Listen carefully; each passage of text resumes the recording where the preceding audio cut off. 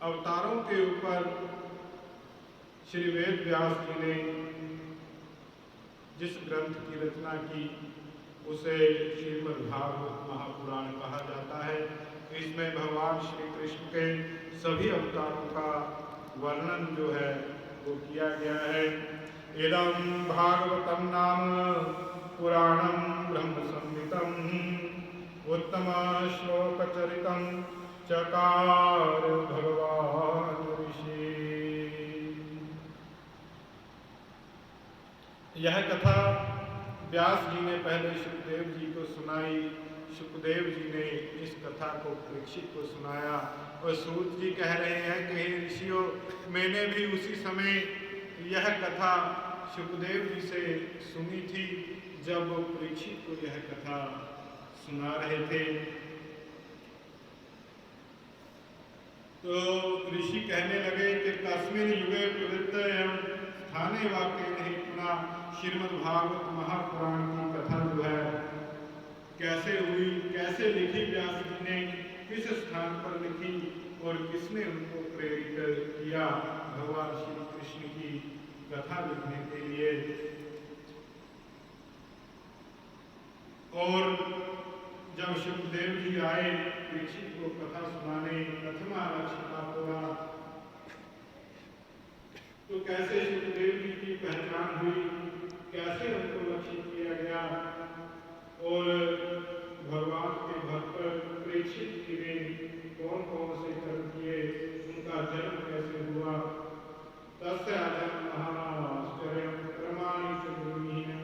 तो उनके जन्म के संबंधी एक आश्चर्यमय घटना है, उसके बारे में भी मुझे बताएं। कथम सवेरा श्रियमंगलुस्तजाम, और वह कैसे राजा बने और कैसे उन्होंने क्षण भर में इतना बड़ा राजपाट त्याग दिया। तो ये सब कथाएं हमें सुनाएं। तो सूत जी कहने लगे, पराशर ऋषि के पुत्र माता सत्यवती से व्यास जी भगवान ने जन्म लिया और कलयुग के कारण पुराणों का विस्तार किया, वेदों का विस्तार किया और पुराणों के रूप में उनकी रचना की। तो उस समय नारद जी महाराज उनके पास आए। व्यास जी बहुत उदास थे, उनका चित्त बहुत उदास था। नारद जी ने पूछा कि हे व्यास जी, आप चिंतातुर क्यों हैं, इतने उदास क्यों हैं। तो व्यास जी ने कहा कि मैंने 17 पुराणों की रचना की, महाभारत की रचना की, किंतु मन को अभी भी शांति नहीं है, मन में संतोष नहीं है। तो नारद जी कहने लगे, यथा धर्मादयश्चार्था मुनिवर्यान् कीर्तिता न तथा वासुदेवस्य महिमा हेनुवर्णिता।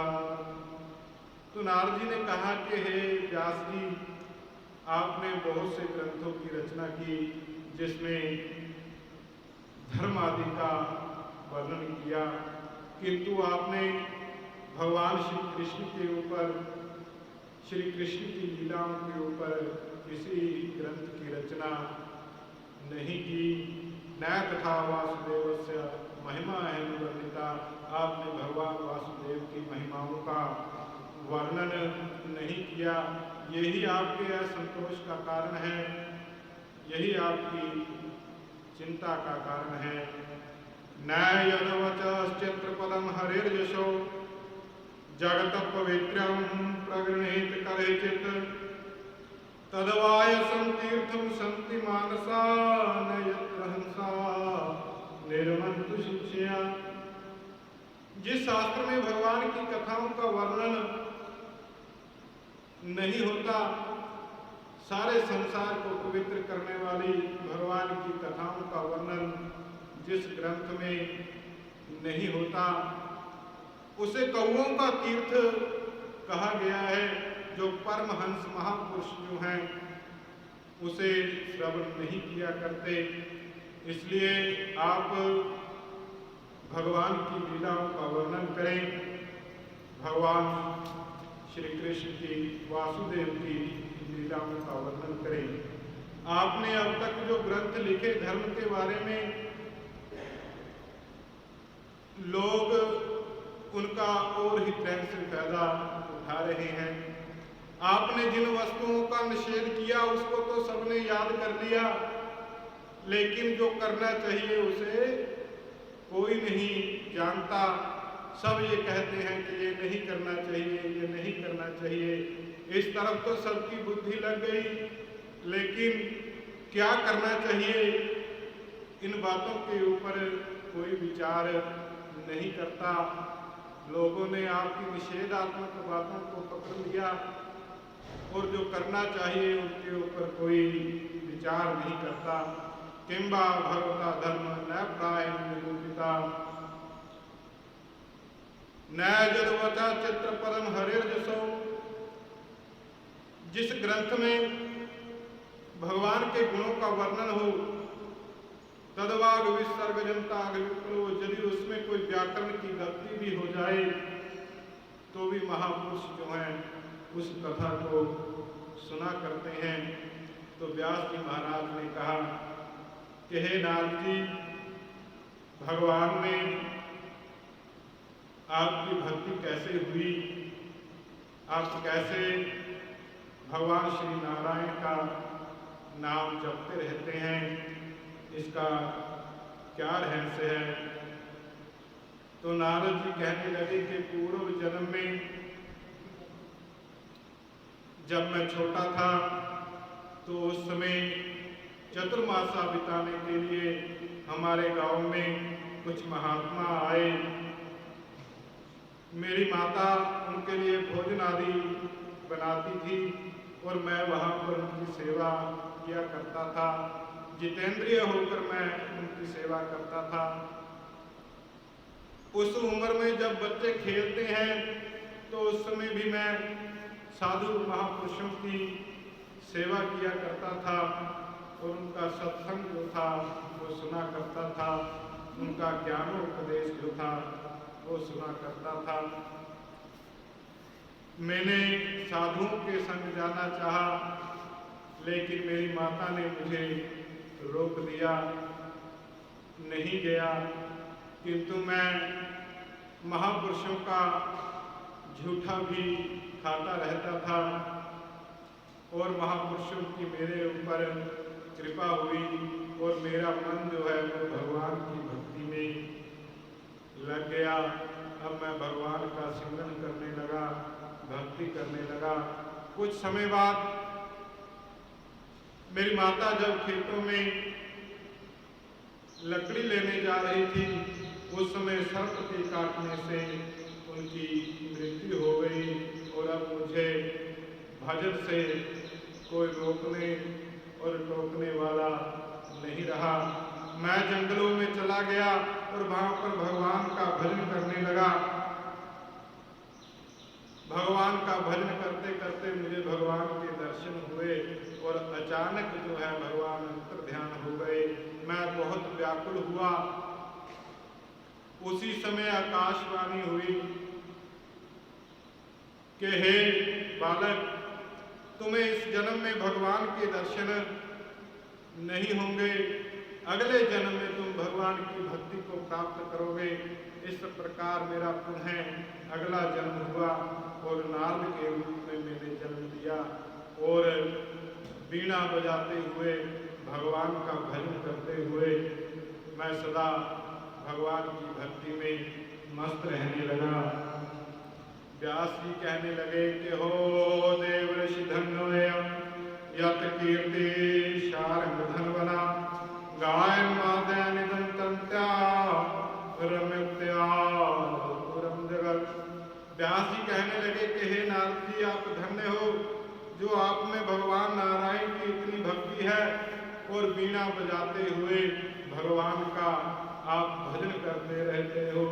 श्रीमन नारायण नारायण नारायण, श्रीमन नारायण नारायण नारायण, भजमन नारायण नारायण नारायण, श्रीमन नारायण नारायण नारायण, श्रीमन नारायण नारायण नारायण, भजमन नारायण नारायण नारायण। तो इस अध्याय में श्री नारद जी महाराज ने व्यास जी को ये बताया है कि भगवान की भक्ति के बिना, भगवान के नाम के बिना, भगवान के गुणगान के बिना सभी गुण जो हैं वो व्यर्थ हो जाते हैं। जैसे लवण बिना बहुव्यंजन, जैसे नमक के बिना बहुव्यंजन व्यर्थ हो जाते हैं, उसी प्रकार भगवान के नाम के बिना सभी गुण जो हैं वो व्यर्थ हो जाते हैं। आपने बहुत से ग्रंथों का वर्णन किया, आपने महाभारत का वर्णन किया, महाभारत ग्रंथ लिखा, उसमें आपने भगवान कृष्ण को एक नायक के रूप में वर्णित किया। अब आप एक ऐसा ग्रंथ लिखें जिसमें भगवान की लीलाओं का वर्णन हो, भगवान कृष्ण को भगवान के रूप में वर्णन किया जाए, एक नायक के रूप में उसमें वर्णन ना हो। तो सभी विद्याएं जो हैं भगवान के नाम के बिना व्यर्थ हैं। एक नवशिक्षित शिक्षा ग्रहण करके अपने गांव जा रहा था, तो रास्ते में नदी पार करने के लिए उसने एक नाव ली, नाव में बैठ गया और चलते चलते वो नाविक से पूछने लगा, क्या तुम्हें नक्षत्र विद्या आती है? तो नाव चलाने वाले उस केवट ने कहा कि नहीं, मुझे नहीं आती। क्या तुम्हें ज्योतिष विद्या आती है? नहीं, केवट ने कहा कि नहीं। तो उसने बहुत सी विद्याओं का नाम लिया। केवट ने कहा कि मुझे इनमें से कोई विद्या नहीं आती। तो वह नवशिक्षित नाविक के ऊपर हंसने लगा कि तुम तो अज्ञानी हो, तुम्हें तो कोई विद्या नहीं आती। थोड़ी दूर गए, नाव डूबने लगी, तो नाविक ने पूछा कि हे नवशिक्षित, क्या तुम्हें तैरने की विद्या आती है? तो नवशिक्षित ने कहा कि नहीं। तो वो नाविक कहने लगा कि तब तो तेरी सारी विद्याएं बेकार हो गई, जब तुमने तैरना ही नहीं सीखा। तो इस प्रकार भगवान के नाम के बिना सभी विद्याएं जो हैं वो व्यर्थ हो जाती हैं। न श्रोतव्यं शास्त्रम यदि ब्रह्मा स्वयं वदेत्, यस्मिन् शास्त्रे पुराणे वा हरिर्भक्ति न विद्यते। न श्रोतव्यं शास्त्रम यदि ब्रह्मा स्वयं वदेत्, जिस पुराण में, जिस शास्त्र में भगवान नारायण की भक्ति का वर्णन न हो, उस ग्रंथ को कभी श्रवण नहीं करना चाहिए। तो इस प्रकार नारद जी ने व्यास जी का असंतोष जो था वह दूर किया और व्यास जी ने श्रीमद्भागवत महापुराण की रचना की। शौनक जी कहते हैं कि व्यास जी ने किस प्रकार, कहाँ से इस ग्रंथ की रचना शुरू की। तो सूत जी ने बताया कि जब भगवान श्री कृष्ण पांडवों का दूत बनकर हस्तिनापुर में गए, तो पांडवों के लिए उन्होंने पांडवों का हक मांगा कि इनका जितना हक बनता है वो दे दो। अगर नहीं दे सकते तो केवल 5 गांव ही पांडवों के लिए दे दो। श्री रामधारी सिंह दिनकर जी ने बहुत सुंदर इसका वर्णन किया है। भगवान कहते हैं कि दो न्याय अगर तो आधा दो, इसमें भी यदि बाधा हो, दे दो केवल 5 ग्राम, रखो अपनी धरती तमाम।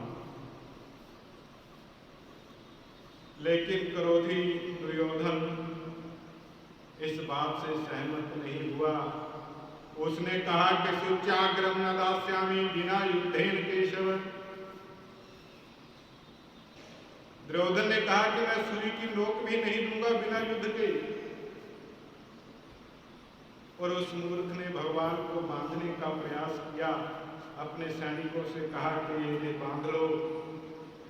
उल्टे हरि को बांधने चला, जो असाध्य था उसे साधने चला।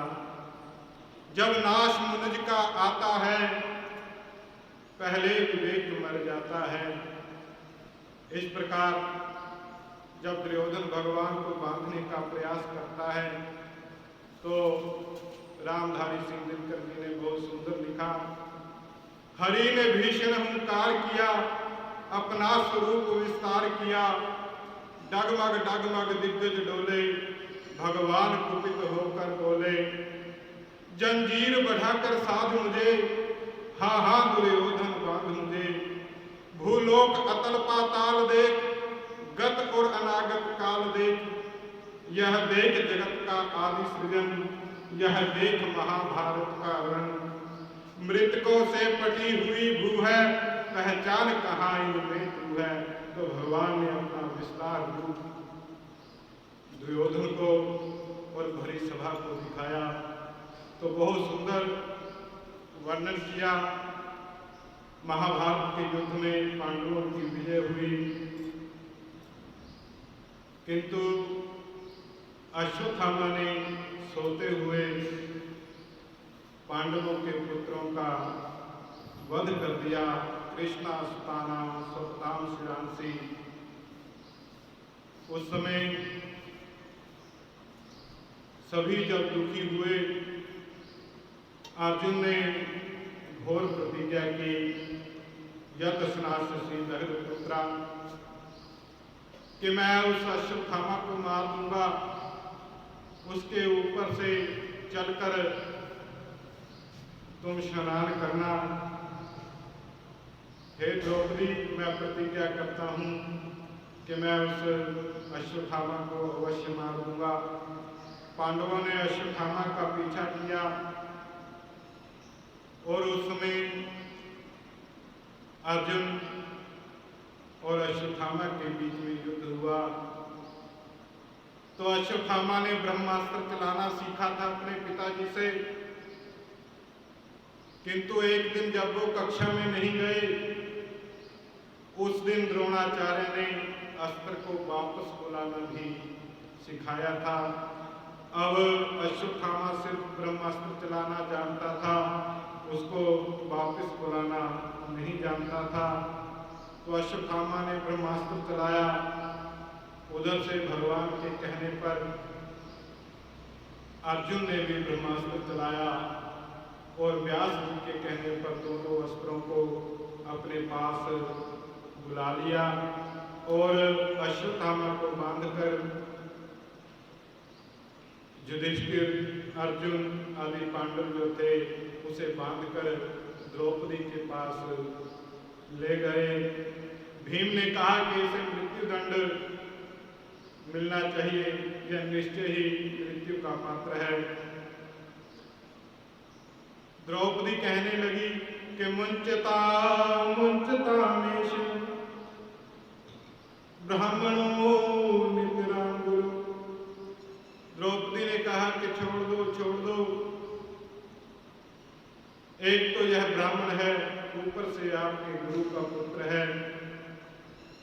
मैं नहीं चाहती जैसे मैं रो रही हूं ऐसे ही इसकी माता रोए, इसको छोड़ दो।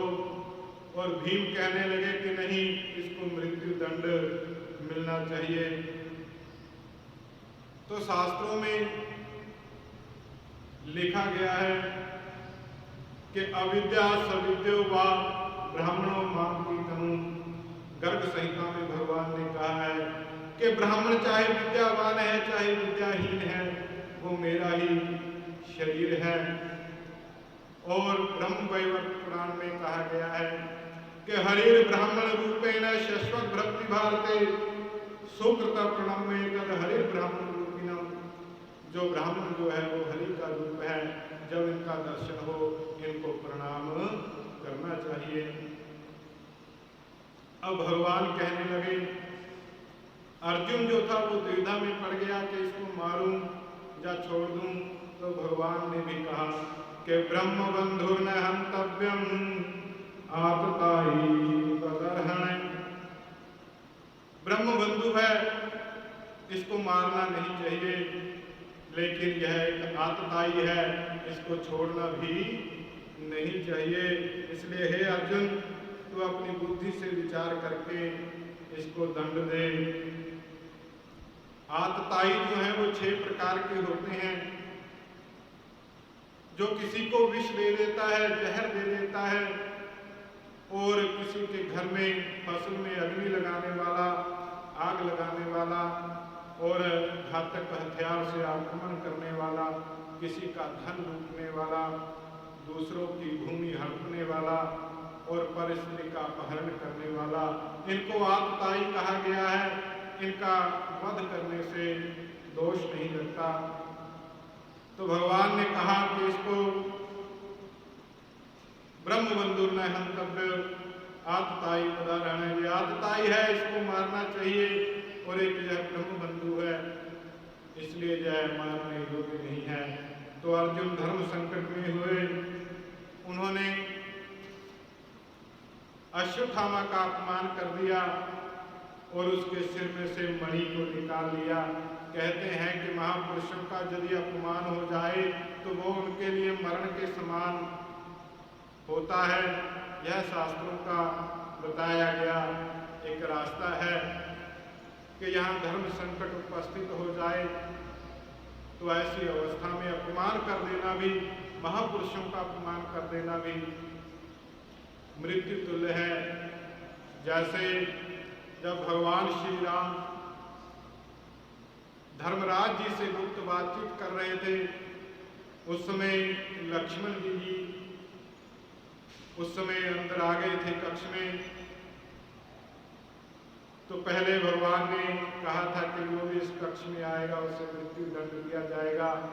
लक्ष्मण जी कक्ष में आए थे तो उनका भगवान ने त्याग कर दिया। तो महापुरुषों का अपमान होना भी मृत्यु के समान है। इस प्रकार अपमान कर कर अश्वत्थामा को छोड़ दिया। उसके बाद युद्ध में मारे गए अपने सभी बंधु बांधवों का तर्पण आदि कार्य पांडवों ने किया। उस समय जब भगवान अपने द्वारिका को जाना चाहते थे कि गंतुम कृतमतिर ब्रह्मन द्वारकां रथमास्थिता उपलेभे विधावन्ति उत्तरा वैविबला। जब भगवान ने अपना रथ तैयार किया द्वारिका को जाने के लिए, उसी समय क्या देखते हैं कि उत्तरा भागी भागी भय से विवल होकर भगवान के पास आ रही है और कह रही है कि पाहि पाहि महायोगी देव देव जगतपते नान्यं तद्भयं पश्ये यत्र मृत्यु परस्परम। कि हे प्रभु, इस संसार में सभी एक दूसरे की मृत्यु का कारण बन रहे हैं। ऐसे समय में मैं आपके सिवा किसी को नहीं देख रही जो मुझे शरण दे सके। कि हे नारायण, हे महायोगी, हे देवों के देव, हे जगत के पति, मेरी रक्षा करो। हे नारायण, मेरी रक्षा करो। अभी द्रवती मामी सरस तप्ताय सो विभो। एक जलता हुआ बाण जो है मेरी तरफ आ रहा है और मुझे मारने का प्रयास कर रहा है। उत्तरा भगवान से प्रार्थना करती है कि प्रभु कामं दहतु मामीश मामे गर्भो निपात्यता। कि हे प्रभु, भले ही यह बाण जो है मेरी हत्या कर दे, किंतु मेरे गर्भ में जो बालक है उसके ऊपर इसका कोई प्रभाव नहीं होना चाहिए। मेरे गर्भ में जो शिशु है उसका बाल भी नाका नहीं होना चाहिए। उस शिशु की आप रक्षा करो। तो उस समय उत्तरा के यह बहुत सुंदर विचार थे, किंतु आज के समाज में घोर पाप हो रहे हैं। उत्तरा ने अपने गर्भ की रक्षा के लिए भगवान से प्रार्थना की, किंतु आज के समाज में गर्भपात का पाप जो है बहुत ज़्यादा फैल रहा है। तो इसमें उत्तरा से शिक्षा लेनी चाहिए कि कैसे उत्तरा ने ये कहा कि भले ही मैं मर जाऊं लेकिन मेरी संतान को कुछ नहीं होना चाहिए। शास्त्रों में लिखा है, पराशर ऋषि ने लिखा है, पराशर स्मृति में कहा गया है, यत पापम ब्रह्म हत्याया द्विगुणम गर्भपातने। जो पाप ब्रह्म हत्या करने से लगता है उससे 2 गुना पाप गर्भ की हत्या करने से लगता है। गर्भ में शिशु की हत्या करने से बहुत बड़ा पाप लगता है। ब्रह्म हत्या से 2 गुना पाप लगता है। आगे कहा कि प्रायश्चित्तम न तत्रास्ति तस्य त्यागो विधीयते। ऐसा पाप का कोई प्रायश्चित नहीं है, इसलिए जो इस पाप को करता है उसका त्याग कर देना चाहिए। ऐसा पराशर ऋषि ने लिखा। ब्रह्मवैवर्त पुराण में इसका बहुत सुंदर वर्णन आया कि गर्भगनश्च महापापी संप्रवते शनि मुखम, कि जो गर्भ की हत्या करने वाला जो पापी होता है वो शनि मुख नाम के नरक में गिरता है। हजारों वर्षों तक उस समय उस नरक में उसको कष्टों का भोग करना पड़ता है। और ग्रंथों में और इसके ऊपर बहुत कुछ लिखा गया है। इसे जघन्य अपराध कहा गया है। गर्भगनी नाम कुलटा नाम च आत्मधाता युक्ता नाम मृतो ना सोचम। धर्म सिंधु नाम का एक ग्रंथ है जिसमें हिंदू धर्म के सभी व्रतों का नियम बताया गया है। उसमें कहा गया है कि गर्भपात करने वाले की जब मृत्यु हो जाती है तो उसका कोई सूतक नहीं लगता। ना सोचम तत्र तासाम शवानाम स्पर्श श्रुआत गहनात् कर्माणि न कुर्यात्। ऐसे पापी के निमित्त कोई भी कर्म नहीं करना चाहिए। ऐसे पापी के निमित्त आंसू नहीं बहाने चाहिए, उसका स्पर्श भी नहीं करना चाहिए। ज्ञाना स्पर्शादि करने चंद्राणादि प्राश्चित्तम कुर्यात्। या तो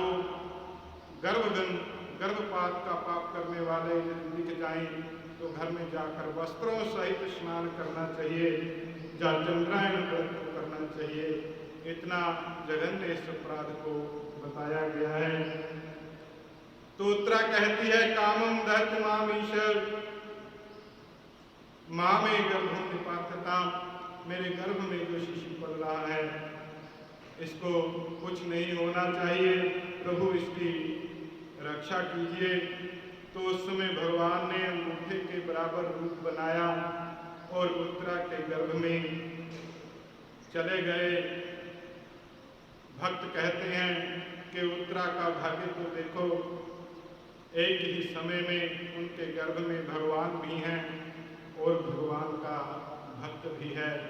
अंगूठे का रूप बनाया तो भक्त कहते हैं मानो भगवान अश्वत्थामा को अंगूठा दिखा रहे हैं कि अगर तू मेरे भक्त को मारने की कोशिश करेगा तो मैं उसकी रक्षा अवश्य करूंगा। तो इस प्रकार भगवान ने अश्वत्थामा के अस्त्र से अपने भक्त की रक्षा की। तो उसके बाद कुंती जो है भगवान की स्तुति करती है कि हे प्रभु, जब जब हमारे ऊपर कोई बहुत बड़ा संकट आया तब तब आपने हमें दर्शन दिए। कि हे प्रभु, विशान महग्ने पुरुषाद दर्शना असत सभायाम वनवास कृच्छ्रता मृगे नेक महार्थास्त्रो द्रोण्यास्त्रचास्म हरे विरक्षिता। कि हे प्रभु, जब भीम को जहर दिया गया तब आपने मेरी रक्षा की, हम वनवास में थे, उसमें अदृश्य राक्षस से आपने हमारी रक्षा की, और कौरवों की सभा में आपने द्रौपदी की रक्षा की, वनवास में रक्षा की, और इस भयंकर युद्ध में जिसमें महारथी थे, बड़े बड़े योद्धा थे, उस युद्ध में भी आपने हमारी रक्षा की, और आज अश्वत्थामा से हमारी रक्षा की। तो हे प्रभु, मैं आपसे एक ही वर मांगती हूँ कि विपदाय सन्तु न शश्वत तत्र तत्र जगद्गुरो भवतो दर्शनम यस्यात् अपुनर्भव दर्शनम। कि हे प्रभु, मेरे ऊपर बार बार विपत्तियां आए, मेरे ऊपर बार बार कष्ट आए, क्योंकि जब जब मेरे ऊपर कष्ट आते हैं मैं आपका सिमरन करती हूँ और आपके मुझे दर्शन होते हैं। जो आपका दर्शन प्राप्त कर लेता है वो दोबारा इस संसार में नहीं आता। तो सभी लोग जो हैं वो सुख चाहते हैं, लेकिन भक्त जो हैं भगवान के वो निराले हैं। भगवान के भक्त ये कहते हैं कि सुख के माथे सिर पड़े, नाम हरि का जाय, बलिहारी वो दुख की, जो पल पल नाम जपाए। झूठे सुख को सुख कहे, मानत है मन मोद, जगत चवेना काल का, कुछ मुख में कुछ गोद। और मीरा भगवान की भक्त, उसको तो जहर में भी भगवान नजर आते हैं। क्या मस्ती है यह हस्ती मिटाने में, मीरा देखती है गिरधर जहर के प्याले में। तो कुंती ने भगवान से कष्टों की कामना की कि प्रभु मुझे विपत्तियां दीजिए। आगे कुंती जो है भगवान की स्तुति करती है कि गोप्याददे त्वयि कृतागसिदाम तावत्, याते दशाश्रु कलिलांजन संभ्रमाक्षम। कि प्रभु, एक समय जब आप छोटे थे, मैं आपके घर गई हुई थी, उस समय आपकी माता ने आपको बांध लिया और आपके आंखों से आंसू बहने लगे। जिनसे भय भी कांपता है वो अपनी माता से भयभीत हो रही हैं। ये आपका सुंदर रूप जो है मुझे बार बार मोहित कर देता है। अगर आप कुछ देना ही चाहते हैं तो प्रभु, स्नेह पास में छिंदी दृढ़ पांडु सुवृष्णिषु। तो हे प्रभु, मेरा जो अपने पुत्रों में, अपने परिवार में जो मोह हो गया है, उस मोह को आप दूर कर दीजिए।